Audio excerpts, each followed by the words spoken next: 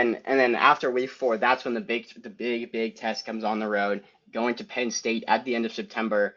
That one's going to be really tough. Owen, what do you think about that game? That's the one that that's scheduling in as the loss for the Ducks, just because how talented this Penn State team is, what they're bringing back in Drew Aller with their running backs and Nick Singleton and Katron Allen, just really talented guys throughout that team, and just probably the best overall roster that James Franklin's put together during his time leading the Nittany Lions.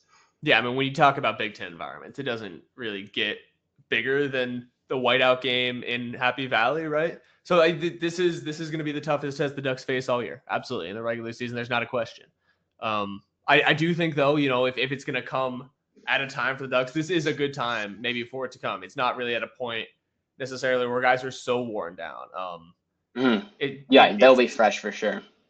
You get a bye week after this. You're going in kind of with the mentality, just, obviously you want to leave it all on the field, but it's a really, a good spot for the Ducks to put this in. It is going to be a tough game because, the Ducks that beat Penn State last year, most of them are gone. You come into this game and it's not a lot of guys who had, snaps, real experience in that game where they beat Penn State in Indianapolis there.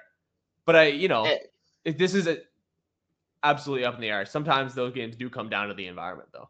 Yeah, and you look back to that game last year in the Big Ten championship game. Oregon does put up 40 points, but Penn State's offense looked explosive in that game. What Drew Aller was able to do, there was some odd confusion on the backside of the secondary in that game that led to some big plays throughout it for Oregon's defense. But what the running backs can do, just the tandem that they have, both of those guys are probably among the 10 best running backs in college football. When you have them on the same team, it really opens things up in kind of a way that like Ohio State's did last year, and even what the Penn State guys did for each other last year. So yeah, it'll be definitely a tough challenge. And then, like you said, after that, getting a bye will be nice because for this team, because that we know that game is going to be a battle at Penn State, and they can take a week to rest and recover before they take on Indiana at home. So that will be another interesting one, seeing what Curt Cignetti can do with the second year of this team, getting a talented transfer quarterback in Fernando Mendoza.